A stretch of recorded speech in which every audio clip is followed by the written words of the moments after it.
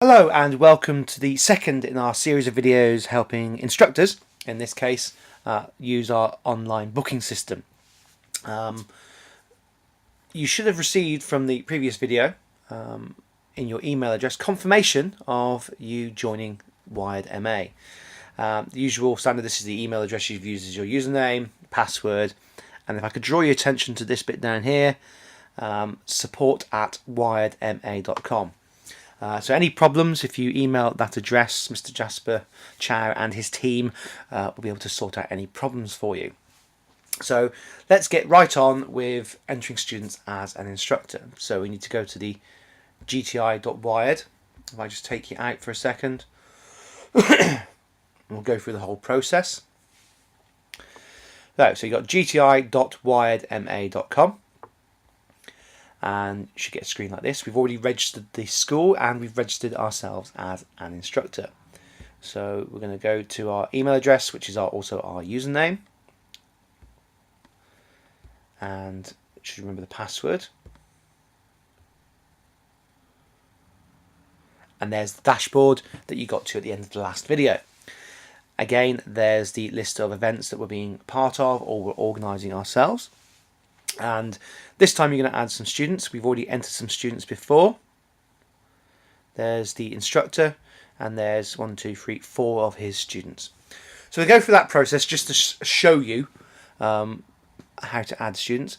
It might be easier if you got your students to register themselves, because all the details of age, weight, height, and so on are in their heads already.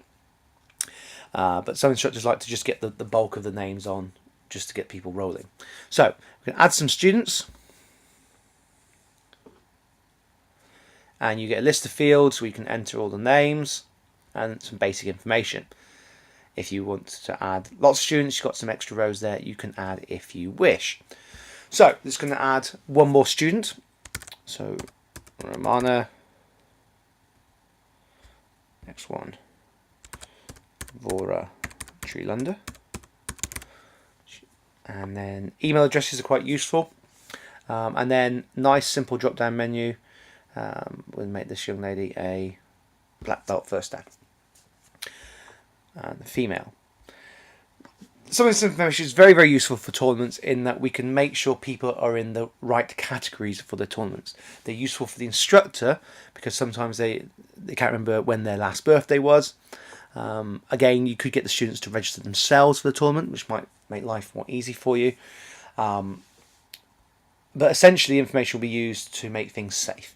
So, for instance, we're going to make this young lady, she was born on the 9th of, let's go for June. And if you don't want to use the drop-down menus, you can enter information directly. So, if we say this young lady was, let's make her 1997, so okay. Once you've entered all the information that you can, scroll all the way to the bottom and you register the students. So you got the latest one, Romana Vora Trilunda, and the other ones in your club as well. So 17, this person's still a junior, but she might be in the cadet division, same as her sister Zoe. If they were 14, they'd be in the junior section. There are details where you can enter height and weight and so on, which is particularly useful for the juniors who just keep growing all the time. Now, if you want to enter more details, you can either go to student info or indeed click on edit. So you should both go for the student info on the left hand side. Takes you to the page we've just got to, and then you can go to edit. So let's go down to Romana. So title, address, again quite useful. As instructor you can send out details and we can send out information, or if they've missed out on the medal, we can send them because they've left early, we can send them a medal directly to the home and so on. Useful information for tournaments, so let's put her at 145 centimetres, weight 55 kilograms. We can use this information again to make things safe. especially with cadet divisions and the juniors, because they keep changing their heights every so often. That goes on to a big spreadsheet for tournaments. And certainly as an instructor, when you're entering information, you haven't got time to measure them in the class.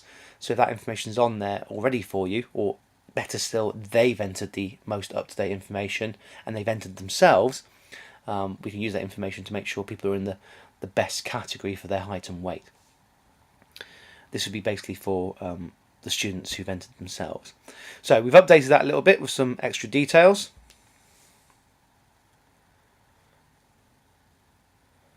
And that's essentially it. You've added some students to your school's lists, basically. In the next video, we're going to show you how to register your students for an actual event. And although they can do this themselves with the most up-to-date information, sometimes it's easier for the instructor to do it if students at work or they're away on holiday and you want to register them yourselves. So that's in our next video, and I hope you found this one useful. Thank you.